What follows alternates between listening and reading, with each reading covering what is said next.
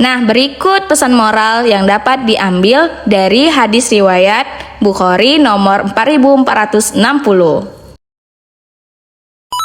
Poin pertama, kita harus bisa bangun di sepertiga malam untuk mendirikan sholat sebagaimana yang dilakukan oleh Rasulullah Shallallahu Alaihi Wasallam.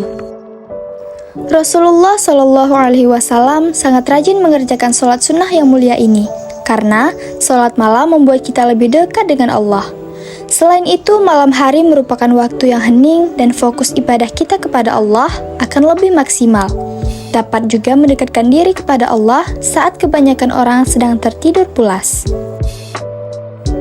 Kemudian, derajat kita akan diangkat oleh Allah Subhanahu wa Ta'ala dan doa-doa kita akan terkabul.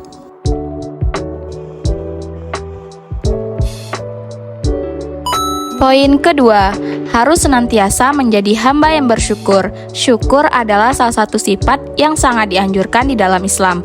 Syukur berarti berterima kasih kepada Allah atas segala nikmat yang telah diberikan kepada kita. Syukur memiliki banyak manfaat baik di dunia maupun di akhirat. Di dunia, syukur dapat membuat kita lebih bahagia dan damai. Kita akan merasa cukup dengan apa yang kita miliki dan tidak akan mudah mengeluh.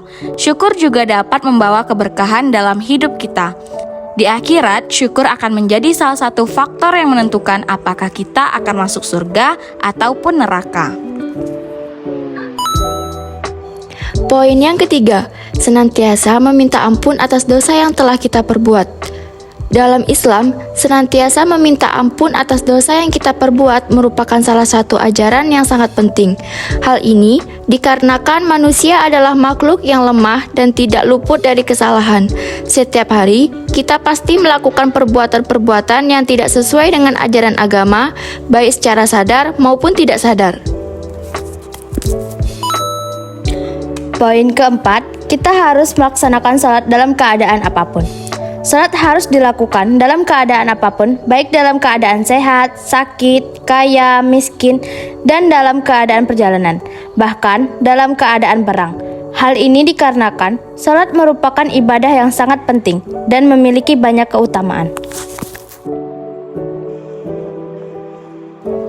Dari beberapa poin yang telah kami jelaskan tadi, dapat diambil kesimpulan bahwa kita harus beribadah sebagai bentuk rasa syukur kepada Allah atas nikmat yang telah Ia berikan.